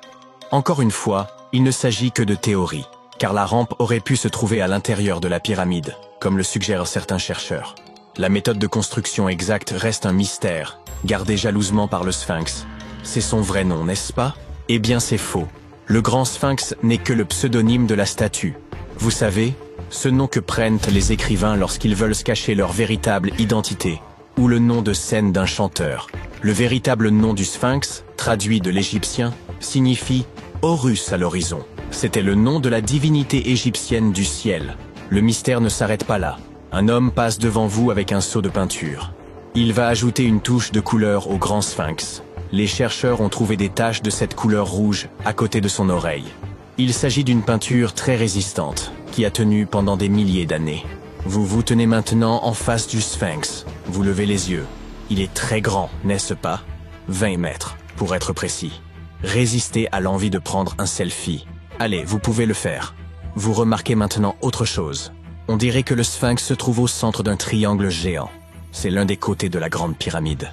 Et non, vos yeux ne vous jouent pas des tours. Le Sphinx se trouve vraiment au centre de la face latérale de la pyramide. C'est ici que les mathématiques entrent en jeu. Une pyramide a 4 faces, appelées faces latérales. Il y a aussi une 5e face, la base, mais elle n'est pas visible. C'est, vous l'avez deviné, la face cachée. Le Sphinx a un dernier mystère à révéler, son âge. Les scientifiques s'accordent à dire que c'est le pharaon Khéphren qui l'a construit. Il a régné après son père qui avait construit la grande pyramide, toute proche. Les deux structures ont donc été achevées à la même époque. Mais revenons à nos jolis nombres. Vous avez entendu parler de Cléopâtre, cette princesse égyptienne dont on dit qu'elle était d'une grande beauté? Elle a vu les pyramides, mais elle vivait plus près de l'époque du premier iPhone que de celle des bâtisseurs de pyramides. Fascinant, non? Vous pouvez voir des milliers de personnes autour de vous. Ils travaillent dur pour construire le tombeau du pharaon. Mais combien sont-ils exactement? Un philosophe grec a estimé qu'il y avait jusqu'à 100 000 ouvriers. Ce chiffre semble acceptable pour une structure aussi gigantesque, mais il ne peut pas être correct. La science ne peut tout simplement pas confirmer ce chiffre. Les égyptologues estiment le nombre total d'ouvriers à 30 000. Et oui, Indiana Jones était l'un d'entre eux, du moins sur le grand écran. Mais il est arrivé en retard. Les égyptologues en savent beaucoup sur les pyramides, mais ils ne savent pas tout. Non pas parce qu'ils ne veulent pas savoir, mais parce qu'ils n'ont pas encore recueilli suffisamment de preuves. Ils ne peuvent que supputer le processus de construction. D'abord, les ingénieurs arrivaient pour choisir le bon endroit et prendre les mesures nécessaires. C'est pour cela qu'ils avaient besoin de toutes ces mathématiques compliquées. Ensuite, il fallait s'approvisionner en matériaux, les gros blocs de pierre dont j'ai parlé plus haut. Les bateaux les livraient à l'emplacement de la future pyramide, et les ouvriers pouvaient enfin s'atteler à la tâche. Ils travaillaient en petits groupes, mais ils étaient au moins 2000 à ciseler et à sculpter à tout moment. Cela ressemble à un chantier d'aujourd'hui? C'est très similaire, mais ça se passe il y a des milliers d'années. Il est étonnant de voir ce que les Égyptiens de l'Antiquité étaient capables de réaliser avec des outils en cuivre et en pierre. La pyramide est maintenant terminée. Mais s'agit-il de la même pyramide que celle que nous voyons aujourd'hui? Pourquoi cette structure brille-t-elle sous le soleil du désert? N'est-elle pas censée être d'un jaune poussiéreux? Eh bien non. Au fil du temps, l'activité humaine et les éléments ont complètement décapé la couche extérieure des pierres. Des artisans experts avaient poli ces blocs en utilisant uniquement de la pierre et du sable. Le résultat final était une pierre lisse et brillante. Le jour de son achèvement, la grande pyramide de Gizeh était un triangle de lumière parfait. Ses faces polies étaient crantaux comme des miroirs géants, reflétant le puissant soleil égyptien. C'est à ce moment-là que vous devez mettre vos lunettes. La chose brillante que vous voyez au sommet de la pyramide est en réalité faite d'or. On appelle pyramidion la pierre de couronnement que l'on place tout en haut d'une pyramide. Elle était recouverte de feuilles d'or. Comme vous pouvez le deviner, ce sont ces pierres qui ont disparu en premier. Avant de vous ramener dans votre salle de classe, nous allons faire un autre arrêt. Nous nous rendons dans les îles britanniques. Et non, ce n'est pas à Stonehenge que nous allons. Il s'agit de Newgrange, dans le comté de Meath. Les scientifiques estiment que les anciens peuples d'Irlande ont construit ce monument de pierre aux alentours de 3200 ans avant notre ère. Il est donc plus ancien que Stonehenge et que la grande pyramide de Gizeh. La fonction du monticule circulaire de Newgrange est la même que celle de la grande pyramide et est tout aussi mystérieuse. On estime à plus de 220 000 tonnes le volume de pierres détachées présentes dans la vallée. Et il ne s'agit pas de pierres jetées au hasard sur une pile. L'ordre dans lequel elles sont disposées rend la structure imperméable. Cela expliquerait comment Newgrange a pu tenir si longtemps. N'avez-vous pas soudain envie de vous procurer un étui bien étanche pour votre téléphone? Vous êtes de retour à votre pupitre. Mais le cours de mathématiques d'aujourd'hui est la dernière chose à laquelle vous pensez. Vous pensez à la grandeur des pyramides égyptiennes. Et vous vous demandez si nous avons quelque chose de semblable aujourd'hui. Eh bien, sachez que les ingénieurs modernes sont tout aussi impressionnés que vous par la Grande Pyramide. On trouve une pyramide de verre dans la cour principale du célèbre musée du Louvre à Paris. Le panorama de San Francisco ne serait pas complet sans la Trans-America Pyramide de 48 étages. Mais c'est à Las Vegas que l'on est allé le plus loin. C'est dans cette ville que se trouve l'hôtel Luxor. Il est très grand. C'est même la 3e plus grande pyramide de la planète. Et devinez ce qui se trouve juste devant. Oui, une réplique du Sphinx. Elle mesure 33,5 mètres de haut, soit 2 étages de plus que celle de Gizeh. Eh oui, tout est plus grand à Las Vegas.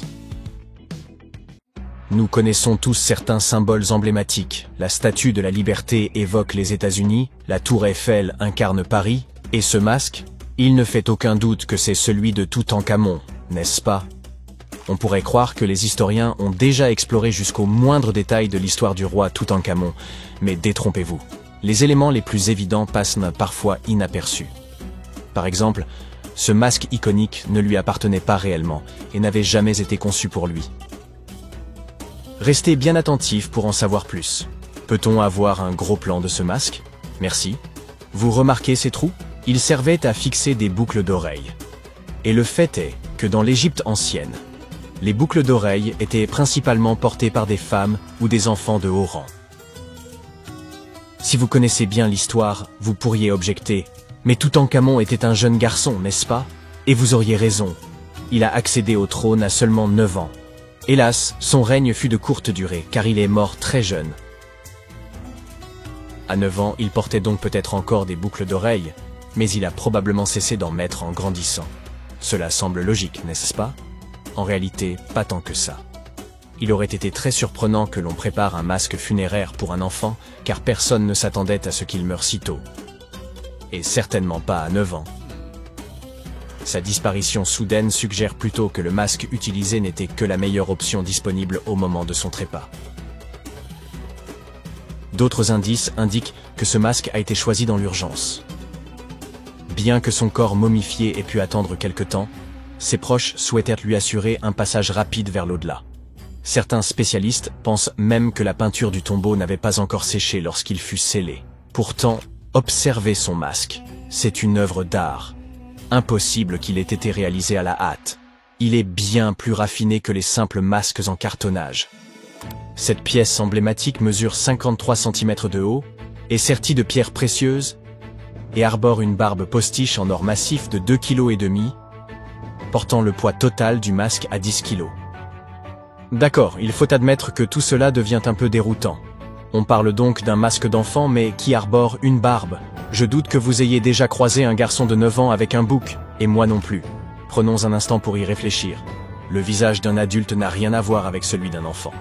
Un détail intéressant, la croissance faciale ralentit considérablement après 16 ans, ce qui signifie qu'à sa mort, à 19 ans, Toutankhamon aurait indéniablement eu des traits d'homme. Imaginez un instant qu'on ait tenté d'ajuster un masque enfantin sur un adulte. Ça aurait été absurde et personne n'aurait pu laisser une telle erreur se produire. Écartons donc cette hypothèse. Venons-en à la seconde possibilité. Si vous vous souvenez bien, des spécialistes avancent que ce masque aurait d'abord appartenu à une femme. C'est précisément là qu'intervient la question de la barbe. Selon certaines analyses, elle aurait pu être ajoutée ultérieurement.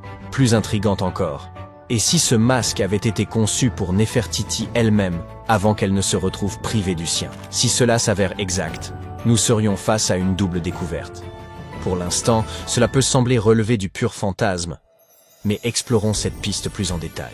Toutankhamon est mort vers 1323 avant notre ère, probablement des suites du paludisme, sans compter d'autres problèmes de santé, comme une fracture à la jambe, qui indiquent un état physique précaire. Quant à Néfertiti, sa mort demeure entourée de mystères. Aucun document fiable ne précise ni la date, ni le lieu de son inhumation. On estime qu'elle aurait disparu vers 1330, avant notre ère. Mais rien n'exclut qu'elle ait vécu plus longtemps, et que ce masque ait été conçu pour elle avant d'être réattribué. Ou bien, peut-être s'est-on simplement servi de son masque funéraire pour Toutankhamon. Après tout, ils faisaient partie de la même lignée.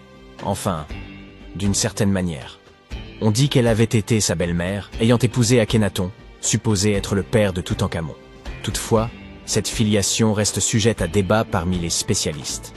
Il faut bien admettre que les liens de parenté dans l'Égypte antique sont un véritable casse-tête. Je vois bien que vous n'êtes pas totalement convaincu par l'idée que Toutankhamon ait pu hériter d'un masque féminin. Laissez-moi donc vous exposer une autre hypothèse. Voici Howard Carter, un archéologue célèbre pour avoir découvert la tombe du jeune pharaon. Située dans la vallée des rois, aux abords de Luxor, cette sépulture a stupéfié le monde entier par son état de conservation. En y pénétrant, Carter a relevé une anomalie. L'ensemble ne correspondait pas aux critères habituels d'un pharaon. Bien que raffiné, l'endroit dégageait une atmosphère singulière, laissant supposer qu'il avait été conçu pour une femme. De manière générale, les pharaons bénéficièrent de sépultures plus vastes, adaptées à leur rang. Et plus troublant encore, la disposition du tombeau suivait une orientation spécifique. Ce détail ne pouvait être ignoré. La configuration était typique des tombes destinées aux souveraines égyptiennes.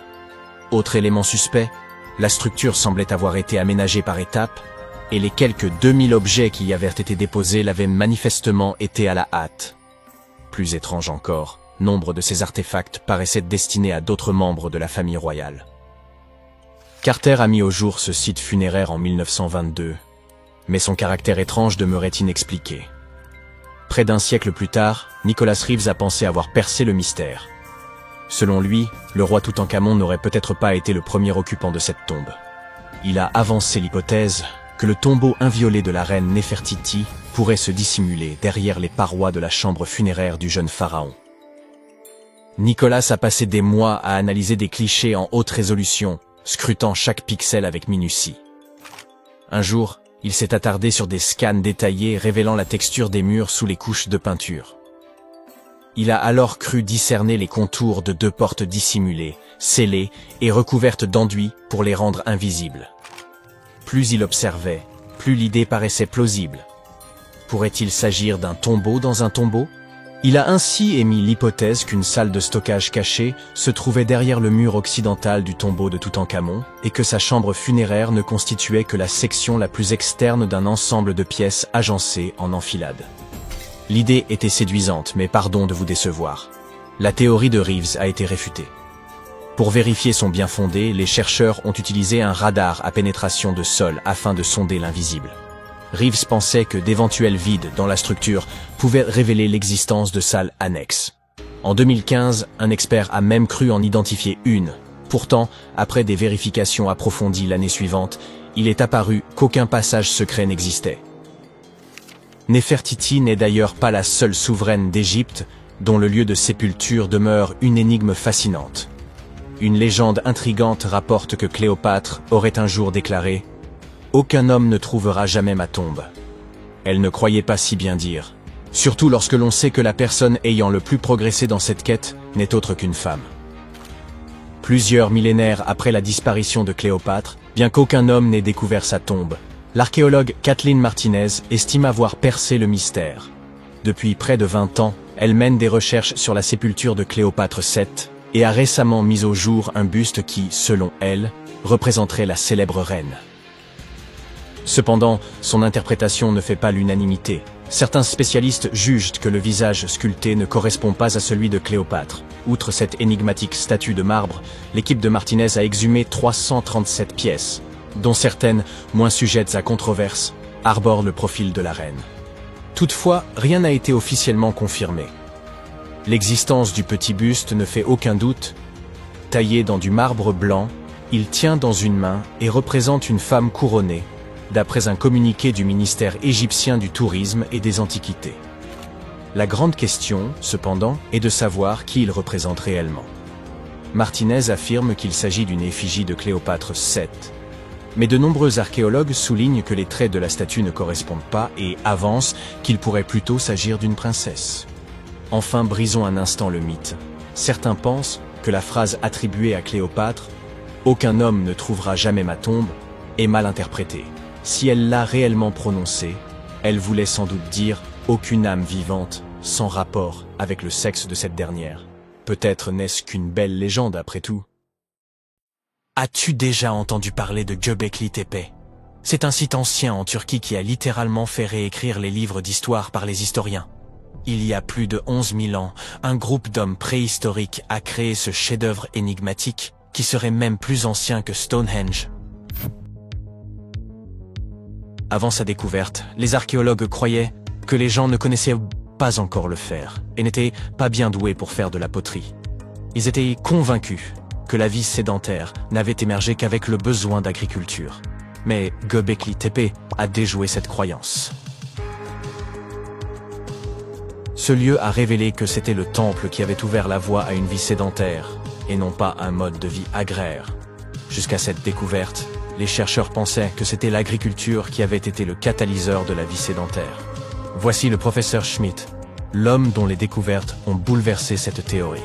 Il a réussi à prouver que des communautés de chasseurs-cueilleurs avaient posé les toutes premières fondations de ce mode de vie. Retour dans les années 60, d'autres archéologues ont visité la région, mais ils ont totalement manqué le coche. En arpentant la région, ils sont tombés sur une colline, où étaient dispersées quelques dalles de calcaire, et en ont conclu qu'il s'agissait simplement d'un ancien cimetière datant du Moyen-Âge. Ils étaient à loin de se douter qu'il y avait tant à découvrir. En 1994, Schmidt s'est lancé dans sa propre enquête sur les sites préhistoriques de la région. Et surprise, il a immédiatement réalisé qu'il avait découvert quelque chose d'extraordinairement unique.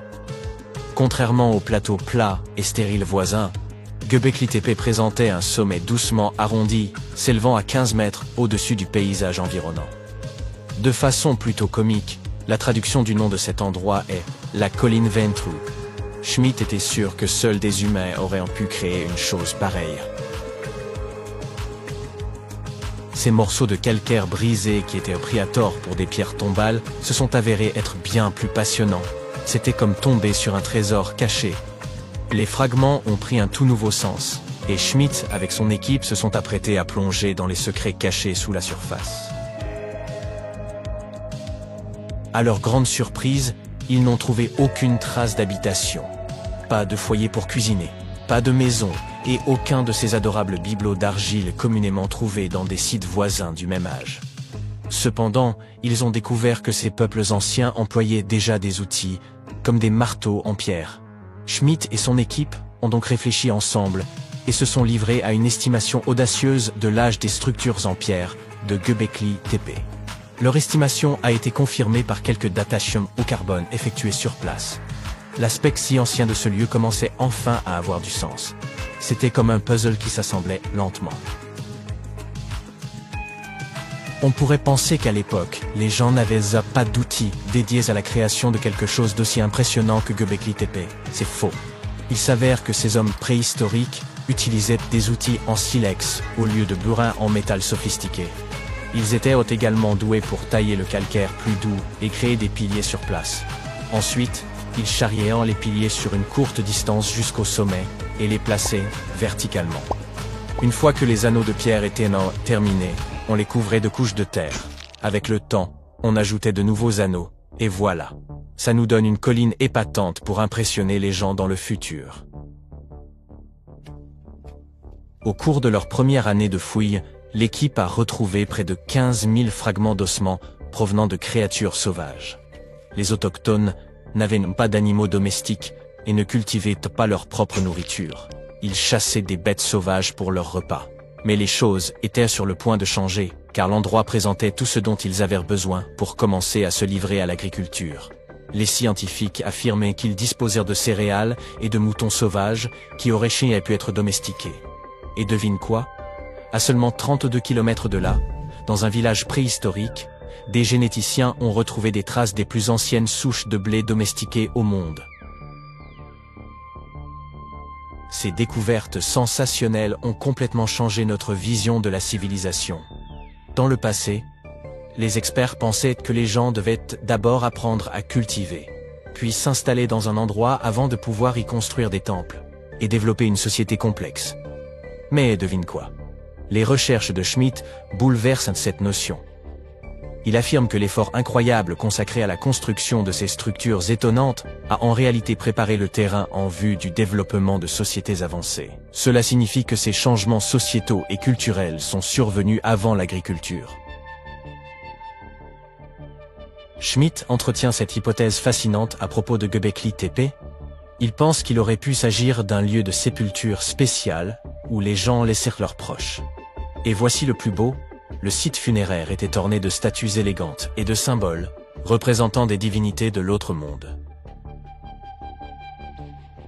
L'idée que Göbekli Tepe aurait pu servir de site sacré ajoute une autre couche de complexité à notre histoire. Alors que le véritable intérêt du site peut nous échapper, les réflexions de Schmitt nous invitent à considérer le lien profond qui unit la vie et l'au-delà et le respect que ces sociétés de chasseurs-cueilleurs auraient peut-être nourri pour leurs défunts ancêtres. Maintenant, évoquons les stars du spectacle. Les fascinantes colonnes en forme de T qui dominent Göbekli Tepe. Ces structures mystérieuses mesurent de 3 à 6 mètres de hauteur et représentent très probablement des figures humaines stylisées. Mais l'une d'elles se distingue du reste. Un bas-relief de lion en 3 dimensions. Cette représentation stimule vraiment notre imagination. Pourquoi ? Parce qu'elle suggère la possibilité que des lions aient erré en Anatolie durant la période néolithique. Ces pierres levées sont disposées en cercle et placées dans des fosses rectangulaires. Chaque cercle a une configuration similaire. 2 grands piliers en forme de T au centre, entourés de piliers légèrement plus petits, orientés vers l'intérieur. Tu parles d'un arrangement élégant. Ces imposants piliers atteignent les 5 mètres et pèsent entre 7 et 10 tonnes. Certains d'entre eux sont simples et épurés, tandis que d'autres sont de véritables œuvres d'art avec des gravures complexes. Les renards, les scorpions et les vautours prennent vie, rampent et se tordent sur les côtés des piliers.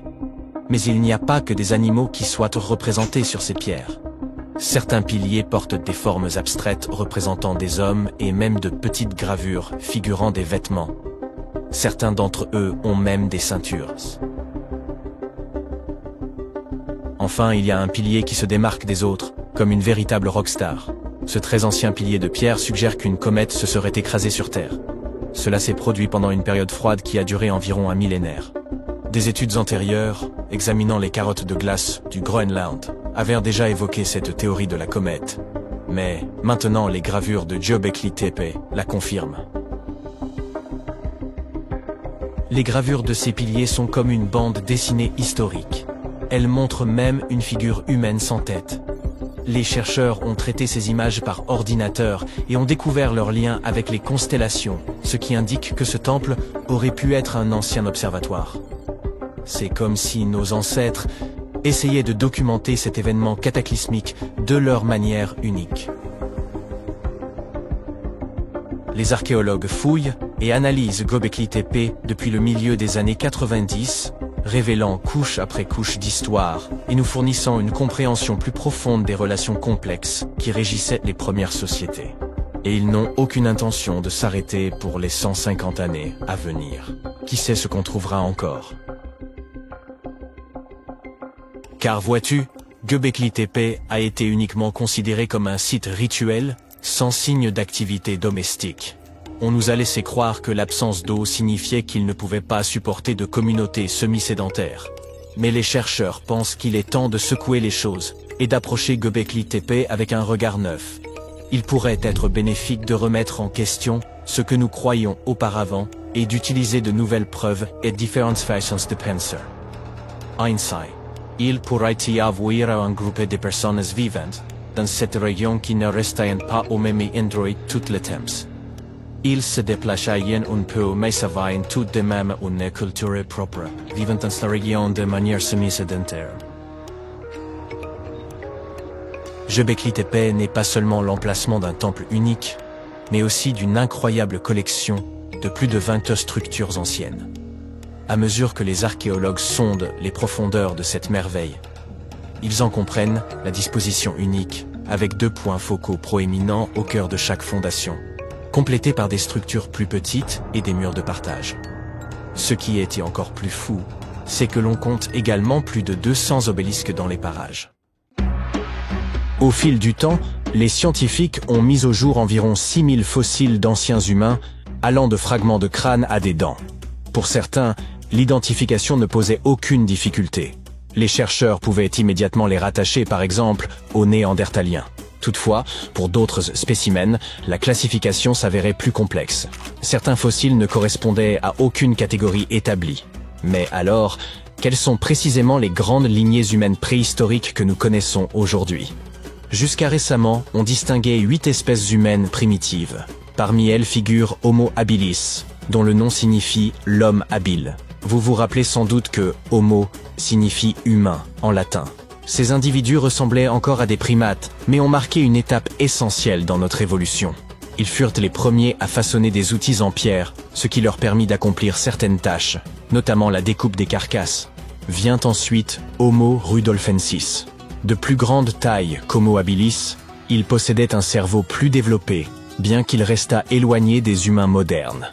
Par exemple, même si sa structure cérébrale gagnait en complexité, il est peu probable qu'il ait été capable d'une quelconque forme de langage articulé à proprement parler. Puis apparut Homo erectus, premier à adopter une démarche entièrement bipède, suivi par Homo antecessor, considéré comme le dernier ancêtre commun entre l'homme moderne et les Néandertaliens, aux côtés de plusieurs autres espèces du genre Homo, telles que Homo heidelbergensis et Homo floresiensis. L'histoire des énigmatiques Denisoviens demeure encore incomplète. De même, nos connaissances sur l'Homo naledi restent limitées, puisqu'il n'a été découvert qu'en 2013, devenant ainsi la 8e espèce répertoriée. Fait notable, Naledi signifie « étoile » en Sotho, un nom choisi en raison du site où il a été mis au jour, les grottes de Rising Star. Les scientifiques ont été déconcertés par cette découverte. Tout portait à croire que ces fossiles remontaient à environ 2 millions d'années. Mais après des analyses approfondies, il s'est avéré que l'espèce Naledi était en réalité bien plus récente, son âge étant estimé entre 236 000 et 335 000 ans. Leurs mains semblaient adaptées à la fabrication d'outils, mais aucun vestige de ce type n'a été retrouvé. En somme, il s'agit d'une espèce intrigante dont nous avons encore beaucoup à apprendre. Bien que notre planète n'abrite aujourd'hui plus qu'une seule espèce humaine, Homo sapiens, nous continuons de mettre au jour des lignées anciennes depuis longtemps disparues. Vous vous interrogez peut-être sur l'intérêt de telles recherches. En réalité, ces études sont essentielles pour reconstruire le récit complexe de notre passé préhistorique. En 2024, une découverte majeure a été annoncée. L'identification d'une 9e espèce humaine, Homo juluensis, dont le nom signifie « à grosse tête ». Les chercheurs avancent que ces individus chassaient les chevaux sauvages, fabriquaient des outils de pierre et travaillaient les peaux de bêtes afin de survivre aux rigueurs hivernales. Un scientifique de l'université d'Hawaï a précisé que cette découverte potentielle est survenue alors que son équipe développait une nouvelle approche pour classer les fossiles. Fait notable, l'un des représentants possibles d'Homo juluensis n'est pas totalement inconnu des chercheurs. Les Denisoviens, identifiés pour la première fois en 2010 grâce à l'analyse ADN d'un fragment osseux découvert en Sibérie, n'ont pas encore été officiellement reconnus comme une espèce distincte. Certains spécialistes suggèrent qu'ils pourraient en réalité appartenir à ce groupe nouvellement décrit. Ces individus, à grosse tête, pourraient ainsi contribuer à lever le voile sur l'énigme des fossiles hominidés de Xujiayao, dont les traits hybrides mêlant caractéristiques de l'Homo erectus et de l'Homo sapiens intriguent les scientifiques. Voyez-vous, il est parfois difficile de nommer une réalité quand on ne sait même pas à quoi elle ressemble. Vous voyez où je veux en venir ? De nombreux mystères restent irrésolus, car il manquait aux chercheurs cette pièce essentielle du puzzle qu'est l'Homo julwensis. D'un point de vue purement théorique, nous pourrions même considérer que les humains modernes possèdent un fragment de cet héritage. Vous en doutez ? Regardez plutôt ceci. 2 éléments clés doivent être pris en compte dans cette équation. Premièrement, il y a les Denisoviens, que certains chercheurs suggèrent d'assimiler à l'Homo julwensis dans une perspective scientifique. Certes, cette hypothèse demeure spéculative, mais admettons-la provisoirement et considérons-la comme un fait, ne serait-ce que pour la suite du raisonnement. Deuxièmement, il convient de noter que les Denisoviens se sont métissés avec les ancêtres des Mélanésiens actuels. Ces populations, établies de la Nouvelle-Guinée aux îles Fidji, possèdent entre 4% et 6% d'ADN d'origine dénisovienne. Vous ne portez peut-être pas ces gènes en vous, à moins d'avoir fait un test, bien entendu. Mais l'élément essentiel à retenir est que certains humains modernes partagent bel et bien un héritage génétique avec les Denisoviens ou l'Homo julwensis, ou la famille des grosses têtes, si vous préférez. Maintenant que tout cela paraît plus tangible, examinons étape par étape comment cela s'est produit. Les chercheurs ont identifié ces anciens humains, appelés Denisoviens, à partir de vestiges squelettiques découverts en Sibérie. Ces populations ont coexisté avec les humains modernes et se sont hybridées avec eux, ajoutant une nouvelle dimension à notre compréhension de l'évolution humaine. Baptisés d'après les grottes sibériennes où leurs fossiles ont été mis au jour, les Denisoviens auraient parcouru de vastes territoires à travers l'Eurasie. Les indices archéologiques suggèrent que l'homme de Denisova a cohabité avec l'homme de Néandertal et interagi avec les premiers Homo sapiens il y a probablement un peu plus de 50 000 ans. Une équipe scientifique est parvenue à séquencer intégralement leur génome en analysant l'ADN nucléaire extrait du fragment osseux d'un doigt. Cette découverte met en évidence l'existence d'au moins 4 groupes humains distincts à l'époque où les Homo sapiens anatomiquement modernes ont entamé leur migration hors d'Afrique. Aux côtés des humains modernes et des Néandertaliens, il faut désormais compter les Denisoviens ainsi qu'une autre petite espèce humaine d'Indonésie, souvent surnommée le Hobbit, dans notre récit évolutif. Une question demeure. Pourquoi retrouve-t-on des gènes dénisoviens principalement chez les Mélanésiens modernes, alors qu'ils sont absents des autres populations eurasiatiques? Vous vous souvenez de ces 4 à 6%? Une hypothèse avance que les contacts entre les Denisoviens et les premiers Homo sapiens furent limités et de courte durée, notamment lorsque ces derniers traversèrent l'Asie du Sud-Est en direction de la Mélanésie. Les scientifiques avancent que seule une poignée de Denisoviens aurait pu se mêler à un groupe plus vaste d'humains modernes. Cette hypothèse pourrait expliquer comment les gènes dénisoviens se sont intégrés à notre patrimoine génétique, malgré la rareté présumée de ces rencontres. Bref, plus les chercheurs creusent dans notre passé, plus ils mettent au jour des découvertes fascinantes sur nos ancêtres. Prenez les Néandertaliens, par exemple. Saviez-vous qu'ils étaient à l'origine de la toute première œuvre d'art jamais réalisée? En effet, une étude menée en 2018 sur l'art pariétal en Espagne a révélé ce qui est aujourd'hui considéré comme l'une des plus anciennes créations artistiques connues. On pensait autrefois que les Néandertaliens ne possédaient pas les capacités cognitives nécessaires pour l'art, mais il s'avère qu'ils en étaient en réalité des pionniers. Non seulement ils ont produit des œuvres, mais ils semblent aussi avoir inventé les hashtags plusieurs millénaires avant Chris Messina en 2007. Bon, j'exagère un peu, mais vous comprendrez bientôt pourquoi on parle ici de hashtag. Les peintures découvertes dans plusieurs grottes d'Espagne comprennent des pochoirs de main, un motif en forme d'échelle et divers autres tracés. Jusqu'à récemment, on attribuait ces œuvres aux premiers humains modernes, mais de nouvelles analyses suggèrent qu'elles sont bien plus anciennes qu'on ne le pensait. Plus marquant encore, la plus ancienne œuvre néandertalienne reconnue, qui évoque un hashtag, a été mise au jour à Gibraltar en 2014. Pour se rencarder sur ces œuvres, les chercheurs ont eu recours à des techniques de pointe basées sur eHarmony et Match.com. Oups, pas ce type de rencard. En réalité, ils ont utilisé des radioisotopes d'uranium et de thorium au lieu de la traditionnelle méthode de datation au carbone. Une fois les analyses terminées, les résultats ont confirmé que ces peintures avaient environ 65 000 ans, soit 15 000 de plus que les plus anciennes œuvres connues jusqu'alors en Indonésie. À cette époque, la seule espèce présente était celle des Néandertaliens, ce qui ne laisse guère de doute quant à leur rôle dans ces créations. Les humains modernes ne sont arrivés en Espagne qu'environ 23 000 ans plus tard, un sacré détour, ce qui les exclut d'emblée comme créateurs du fameux hashtag. Le pochoir de main semble avoir été réalisé volontairement, l'artiste ayant préparé le pigment avant de l'appliquer sur sa propre main. Par ailleurs, les grottes renferment aussi une collection de coquillages peints, dont l'âge stupéfiant est estimé à 115 000 ans. Certains ont même été percés, laissant penser qu'ils servaient peut-être de parure.